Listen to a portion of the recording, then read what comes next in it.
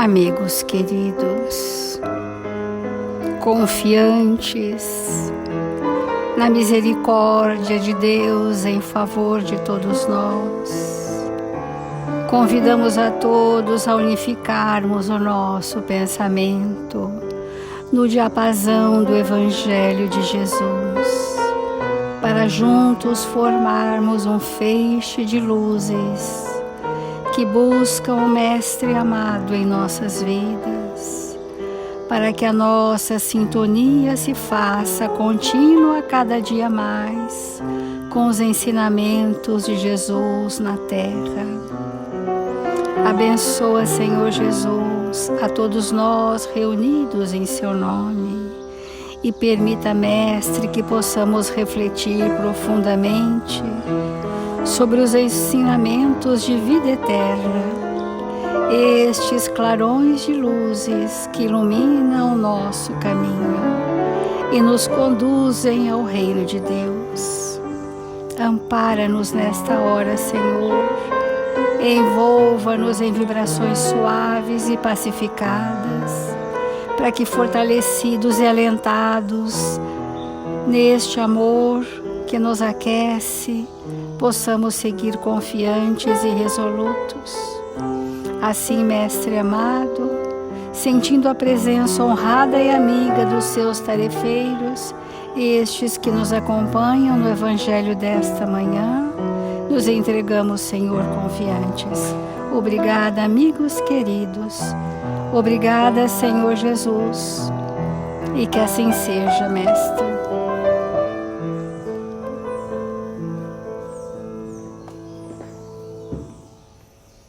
Nós estamos refletindo nesse período do ano sobre os momentos primeiros de Jesus na Terra, que até hoje são lembrados e que deram origem a tudo o que se falou sobre os ensinamentos morais da doutrina espírita.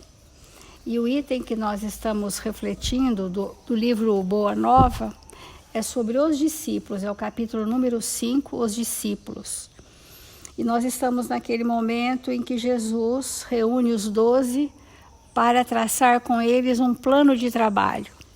Quais seriam as tarefas a eles confiadas? Essas tarefas, elas são extensivas a todos os espíritos trabalhadores da vinha do Senhor. Ou seja, aquele roteiro que Jesus traçou para os apóstolos não foi apenas para os apóstolos, é para todos nós que queremos vir a ser trabalhadores da última hora, para dizermos: eis-me aqui, Senhor. É necessário que antes tenhamos tido esta experiência. Tendo tido experiência, podemos dizer: eis-me aqui, Senhor. Então Jesus convida nesse item: trabalhai em curar os enfermos, limpar os leprosos, ressuscitar os que estão mortos nas sombras do crime ou das desilusões ingratas do mundo. Esclarecei todos os espíritos que se encontram em trevas, dando de graça o que de graça vos é concedido. O processo de curar, ou seja, reorganizar energeticamente alguém, sempre precisa que esse alguém tenha alguma receptividade ao processo que está recebendo, que tenha suas necessidades e seus merecimentos e que também haja em favor da sua cura. Porque nesse momento em que Jesus convida a todos a curar enfermos, ressuscitar os mortos nas sombras, mortos consciencialmente, não fisicamente, porque há um contingente enorme de vivos mortos, vivos encarnados e mortos para as realidades do espírito. E é esses que Jesus fazia referência. E faz referência também nesse item da mediunidade, porque eles jamais fariam algo que não tivessem na sintonia plena com Jesus, porque era Jesus que trazia o influxo divino para todos, e que traz ainda para todos nós. Então, tanto que muitas vezes os discípulos de Jesus, enquanto Jesus estava com eles, tentaram curar, tentaram afastar espíritos obsessores, mas de todo eles não conseguiam, porque estavam distraídos naquele momento, segundo o que fala Jesus, para a sintonia com o Pai e Criador. Estavam presos nas aparências, repetindo as mesmas falas que Jesus. Mas quando Jesus retorna ao mundo espiritual, esses apóstolos, eles passam a fazer mesmo curas, fazerem libertação de espíritos obsediados, porque naquele momento eles estavam na vibração do diapasão do Cristo e, portanto, o influxo divino permeando-os, e eles se tornaram médiuns de Jesus na Terra. Então, é importante a gente perceber nessa forma como Jesus orientou os discípulos, né? Como que ele conduziu, porque eu estive observando que aquilo de mais importante Jesus falou aos discípulos e não à multidão, porque a multidão recebeu parábolas, porque era o simbolismo possível para ser compreendido na época, mas aos apóstolos receberam a verdade, porque já estavam prontos. E para a gente ilustrar isso que está falando, né? No dia em que Jesus ia proferir o Sermão da Montanha, todos os discípulos tinham ao redor das suas residências pessoas necessitadas que ali se aglomeravam para buscar socorro, para buscar ajuda, né? Então, todos eles, principalmente na casa de Simão Pedro, mas em especial nesse dia, na casa de Levi, aos primeiros dias do apostolado, um pequeno grupo de infelizes procurou Levi na sua confortável residência. Desejavam explicações sobre o evangelho do reino, de modo a trabalharem com mais acerto na observância dos ensinamentos do Cristo. Então, o que eles queriam, na verdade? Eles queriam ser um servidor do Cristo. Eles queriam se candidatar para o trabalho com Jesus, primeiro compreendendo um pouco melhor desses ensinamentos. Então, Levi, ao se defrontar com esse pequeno grupo de espíritos, disse: afinal, disse ele aos infortunados que o procuravam, o novo reino congregará todos os corações sinceros e de boa vontade que desejem imantar-se como filhos de Deus. Isso é o que Jesus já havia dito. Agregaria todos que estivessem de coração sincero e boa vontade para o trabalho na vinha do Senhor. E aí ele disse assim: mas podeis fazer na situação em que vos encontrais? É o primeiro julgamento que ele faz para a multidão de aflitos. E dirigindo-se a 3 deles, seus conhecidos pessoais, falou convicto: que poderás realizar, Lisandro, aleijado como és? E tu, Áquila, não foste abandonado pela própria família, sob o peso de sérias acusações? E tu, Pafos, acaso edificarias alguma coisa com as tuas atuais aflições? Aqueles nossos irmãos entreolharam-se cabisbaixos, humilhados. A palavra rude de Levi os despertara, tomara-os uma dor sem limites, porque eles lembravam que Jesus dissera nas suas pregações carinhosas que seu amor viera buscar todos os que se encontrassem em tristeza e em angústia do coração. Quando o Mestre chegara, haviam experimentado a restauração de todas as energias.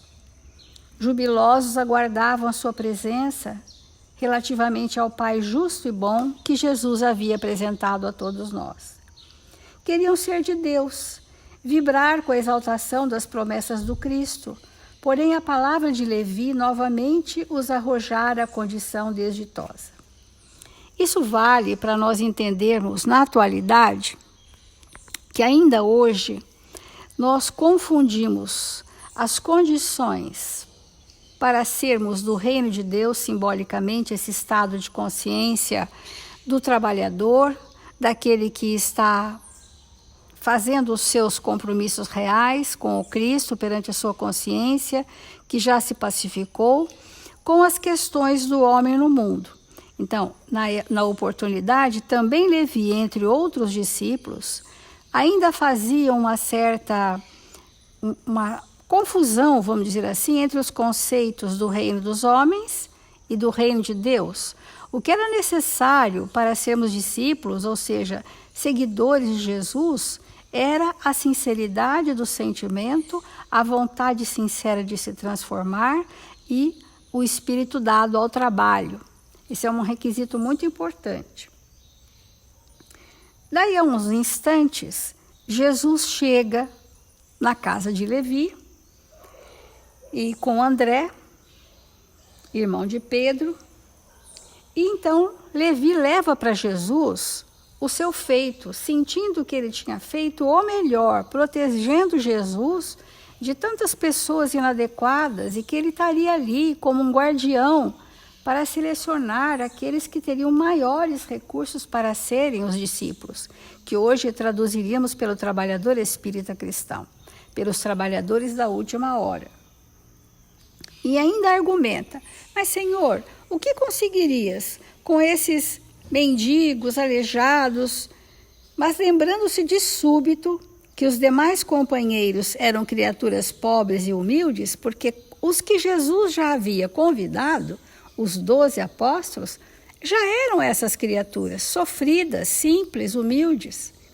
Quando Levi percebeu isso, ele quis dizer assim, ele acrescentou, não, é justo que os pescadores de Cafarnaum são homens fortes, desassombrados e bons para o trabalho. Ele quis dar um jeito de justificar o seu engano, porque perante Jesus acionou a sua consciência e ele retomou a verdade. Em átimos de segundo, ele retoma a verdade. E aí Jesus fixou o olhar no discípulo com profundo desvelo e falou com bondade. No entanto, Levi, precisamos amar e aceitar a preciosa colaboração dos vencidos no mundo. Os vencedores da terra não necessitam da boa nova.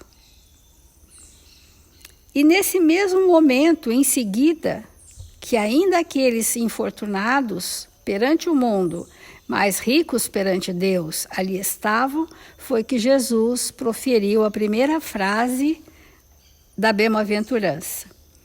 Quem governa o mundo é Deus, e o amor não age com inquietação. E então ele disse, bem-aventurados os aflitos, porque serão consolados. Então é uma pequena reflexão que nós trouxemos para falar dos discípulos que, mesmo sendo espíritos secularmente preparados pelo Cristo, alguns foram antigos profetas, outros eram espíritos desbravadores de ideologias, espíritos sérios, espíritos compromissados com o trabalho com Jesus, mesmo assim, na condição de encarnados, os valores efêmeros do mundo prevalecem muitas vezes na nossa personalidade. Isso acontece conosco. Prevalece os valores sociais, os usos e costumes de uma época, ainda que o espírito se sinta imbuído da boa vontade, ele ainda é arrastado por esses valores. Então foi necessário que Jesus o envolvesse com extremado amor, e para que ele entendesse que o convite é para aqueles que não eram os vencedores do mundo, mas que perante Deus estavam ali.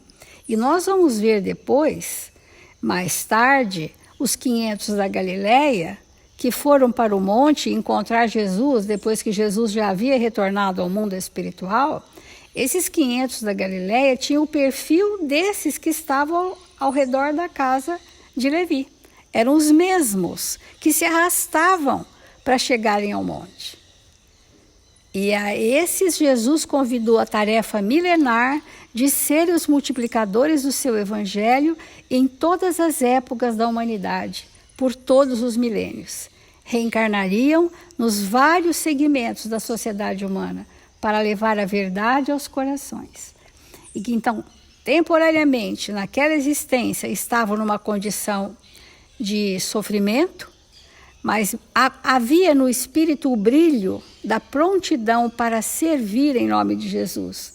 Porque o desassombro, a coragem de quem já sofreu muito é muito maior do que aqueles que nada passaram, que a vida sempre beneficiou do ponto de vista do progresso material, da saúde do corpo, e isso deixa o espírito ainda despreparado. Obviamente que se hoje a pessoa pode não passar grandes embates, mas ela precisa ter vindo de um passado onde testemunhou grandes embates, que superou grandes sofrimentos, que deu graves testemunhos. E, portanto, hoje mesmo na condição social de limitação, são os espíritos mais fortes, mais amorosos, que com resignação estão dispostos a servir em nome de Jesus.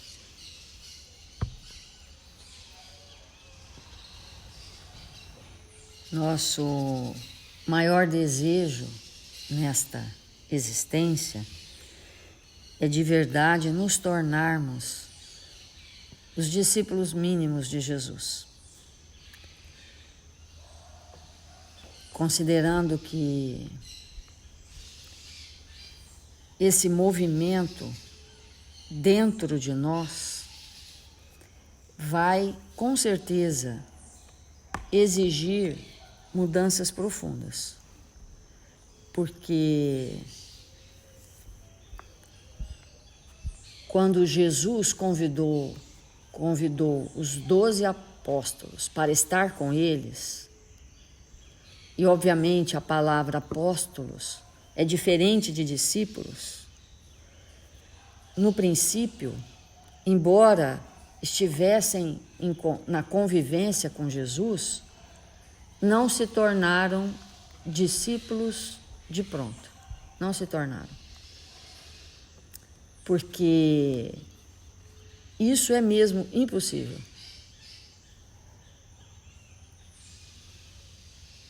O mecanismo de nos fazermos discípulos é algo muito profundo e nós precisamos desejar isso ardentemente, porque temos que nos perguntar, se não fizermos isto nesta existência, como chegaremos de volta ao mundo espiritual de onde saímos? Porque se não seguimos Jesus, seguimos quem e o que?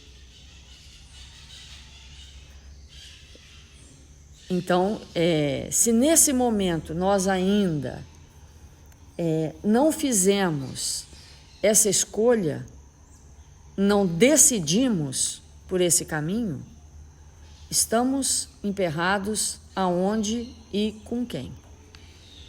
Nesse processo de nos fazermos discípulos, eu trouxe um texto de Bezerra de Menezes, intitulado Amor e Caridade. Esse texto, ele é bem reflexivo e nós vamos fazer um exercício de entender que quando esses espíritos da categoria de Bezerra de Menezes grafam um texto, eles não estão organizando palavras para transmitir uma ideia. Não é isso.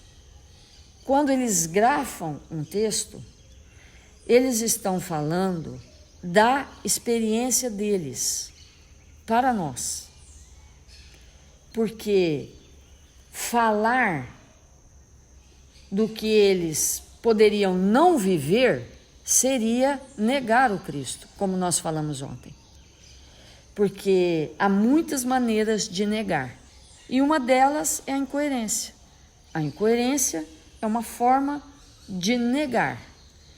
Então, quando nós demoramos o nosso pensamento num texto dessa magnitude, dessa grandeza, nós estamos diante de alguém naquela hora que já age, pensa, sente daquela forma. E são lições imorredoras para nós. E nesse texto, ele nos ensina uma coisa muito importante. Ele diz para nós que, como nós já sabemos, que o espírito, ele precisa de alimento, o espírito, que evidentemente não é o alimento do corpo. Então ele fala para nós do pão do espírito. Ele diz assim: as pedras da estrada. Olha o que é o pão do espírito para Bezerra de Menezes.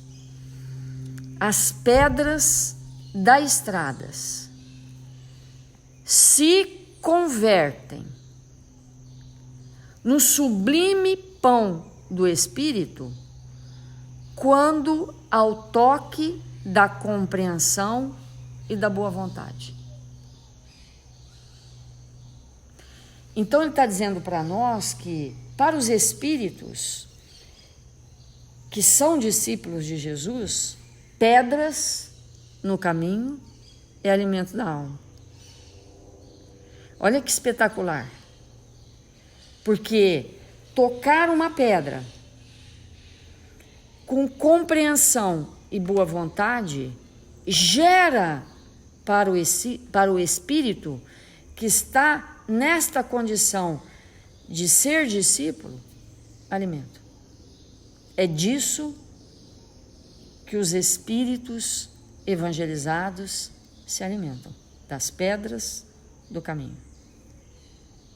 E nós outros, quando ainda não estamos nesse momento, nós olhamos para as pedras do caminho e ficamos esperando alguém passar para ajudar a tirar, ou ficamos parados diante dos desafios, dos obstáculos, com um pensamento de que somos injustiçados, ou de que aquilo não deveria estar ali, ou quem colocou aquela pedra, enfim. Então, os discípulos de Jesus, eles têm essa característica. Diante da dificuldade, criam alimentos espirituais. Olha que espetáculo essa linguagem, essa imagem que ele traz para nós. E ele vai dizendo que, como nós sabemos, né, a sementeira na casa do Pai, ela é infinita. Ele vai dizer que nesse processo de semear, há necessidade de nós termos devotamento e vigilância. E que a obra, ela é imensa. E os trabalhadores sempre diminutos, como nós sabemos. Mas um espírito convertido em discípulo, um espírito, ele tem a capacidade de acordar milhares de corações para o serviço redentor. Isso é tão verdade que nós vamos ver na história aqueles discípulos surgindo. Então vamos ver um Francisco de Assis que começa a sua caminhada sozinho, mas não demora nem meia hora no tempo do seu apostolado e ele já fica imediatamente cercado de dezenas de espíritos que acordam sobre o influxo da sua vibração, da sua conexão com Jesus. Porque o discípulo de Jesus, ele está vinculado ao coração do Mestre, e esses fios que ligam, que fazem fluir as vibrações de Jesus para ele, alimentam multidões. E Bezerra de Menezes traz uma frase nesse texto espetacular. Ele diz assim: é lógico que ele está falando dele. Isso que é importante quando nós lemos uma lição desses espíritos dessa categoria. Samaritanos do Evangelho vivo, percebestes que não venceremos na batalha de nós mesmos sem partilharmos a carga que atinge os nossos irmãos mais próximos. Olha que espetacular essa orientação de Bezerra de Menezes para nós, dizendo assim: como que nós vencemos a nós mesmos? Obviamente, de várias maneiras. Obviamente, utilizando de múltiplos recursos. Mas um dos imprescindíveis é partilharmos, ou seja, dividir a carga que atinge os nossos irmãos mais próximos. Porque muitas vezes a carga do irmão mais próximo é um processo obsessivo.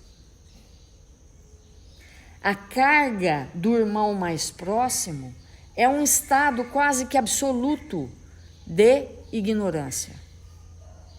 Às vezes a carga é um estado indescritível de rebeldia. Então esse movimento, esse esforço que nós fazemos quando decidimos ser os discípulos de Jesus,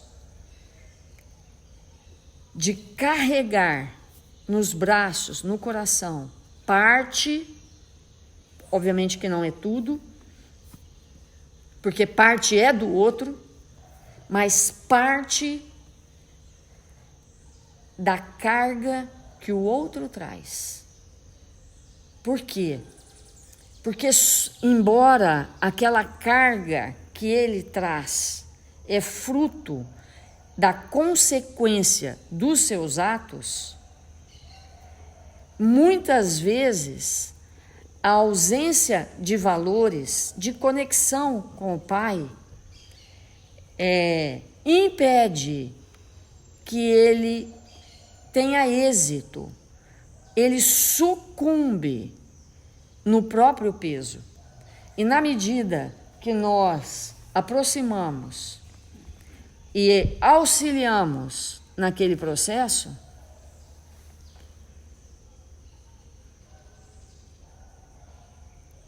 fica muito mais possível o êxito do outro.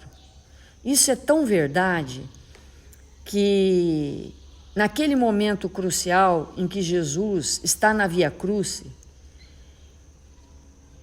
e muitos dias sem se alimentar, porque ele estava num corpo físico, muitos dias sem se alimentar, carregando uma cruz naquele peso,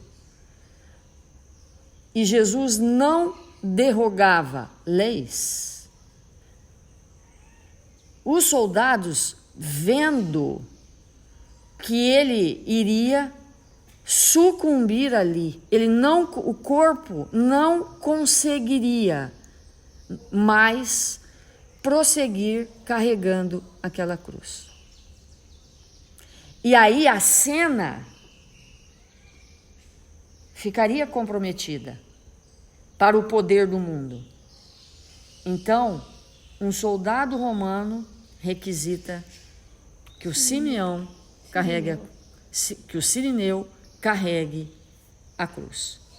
Então, olha a figura extraordinária,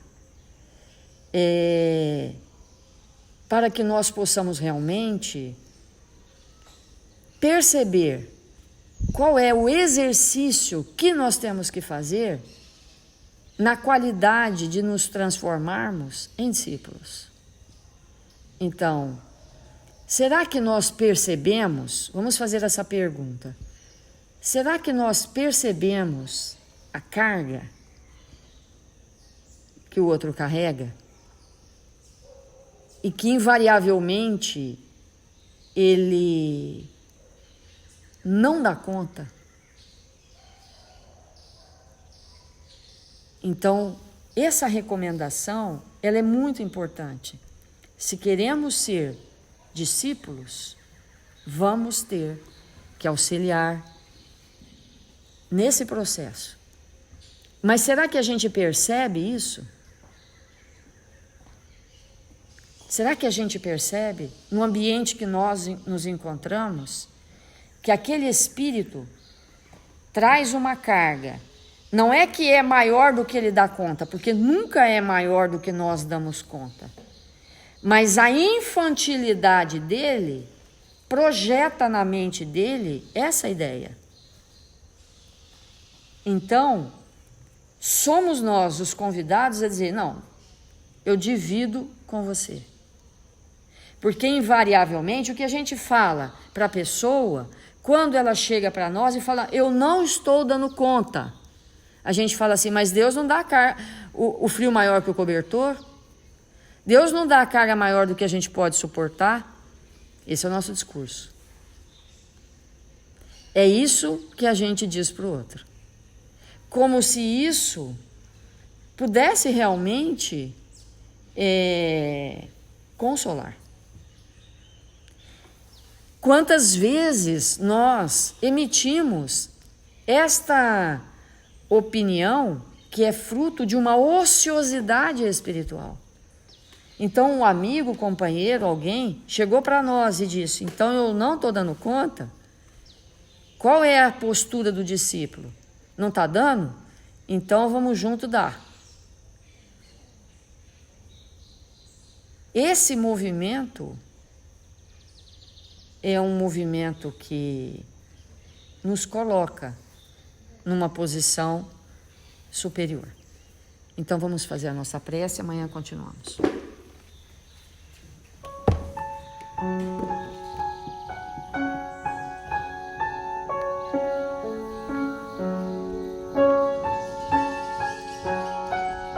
Senhor Jesus,